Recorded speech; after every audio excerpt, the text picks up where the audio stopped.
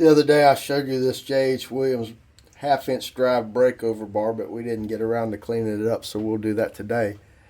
But a brief history about the company, J.H. Williams. It was founded in 1882 by James Harvey Williams and Matthew Diamond as the Williams and Diamond Company in Flushing, Queens, New York.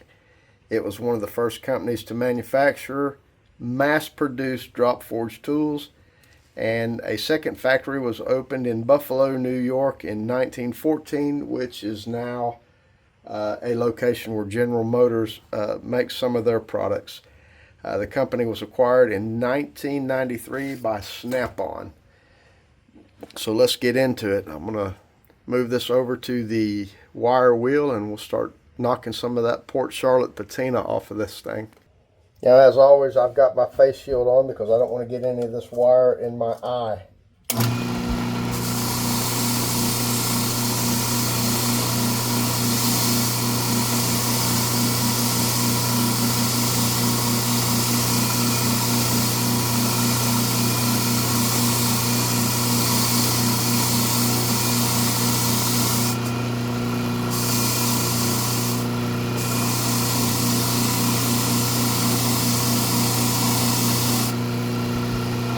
This is what it's looking like off the wire wheel.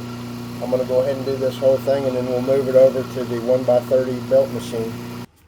As Scout Crafter would say, this is our post wire brush evaluation. So we got some of that loose rust off of there, and we're going to move over here to the coarse conditioning belt on the 1x30 machine.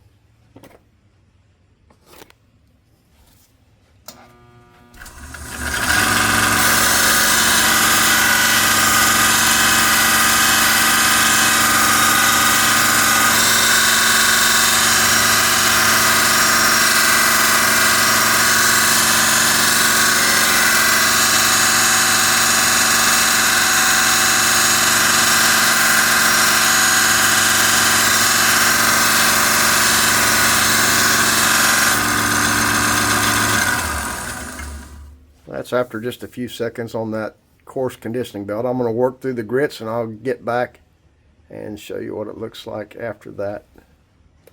So before I go any further, I noticed that it looks like it's been hammered on here. I'm going to put a sanding belt on the machine and try to camphor those edges a little bit. And we'll get back to you.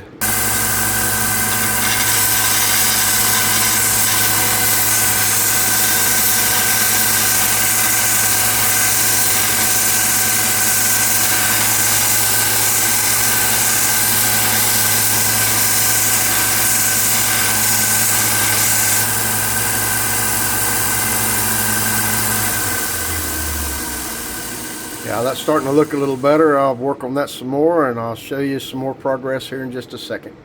This is after working through a couple of the grits on the red label conditioning belts. It's starting to look better, but it's so pitted up that if I wanted to make this thing polished up like a brand new one, I would have to run it on the sanding belt, and I don't want to do that because you can barely make out, so we can, where it says Williams USA right there. Those letters are just barely stamped in there, so I don't want to lose that labeling. And so I'm going to call it quits on the belts. I am going to get my Dremel tool with a wire wheel out and clean inside of these little areas here. And then we'll do some kind of polish on this and call it good.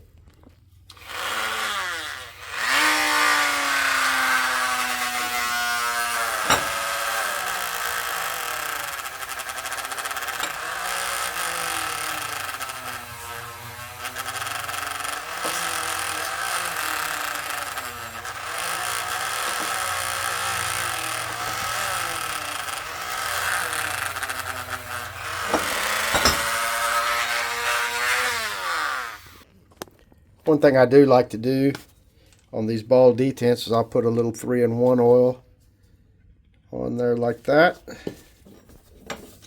and take and mash it down with a flat screwdriver so that give a little lubrication to that ball detent. So here's the finished product on my 1/2-inch drive J.H. Williams breakover bar. I could have cleaned it up to a bright polished shine, but I didn't want to lose the label right here. The stamping in there is so faint that if I would have went any deeper on that metal, it would have taken that out, and I didn't want to lose that. But this thing is a solid piece of metal. It's a great tool to work with if you need to break a nut loose or something like that. But anyway, that's the end of that project, and we'll call it good. Thanks for watching. I couldn't really do a whole lot with the donkeys today because it's been pouring down rain. 2 of them are hanging out in the barn, and 2 of them are out here in the soaking wet, munching on some grass. They think I got a carrot for them, so they're heading this way. But yeah, it's been pouring down rain here all day, so we didn't do much with the donkeys. Again, thanks for watching.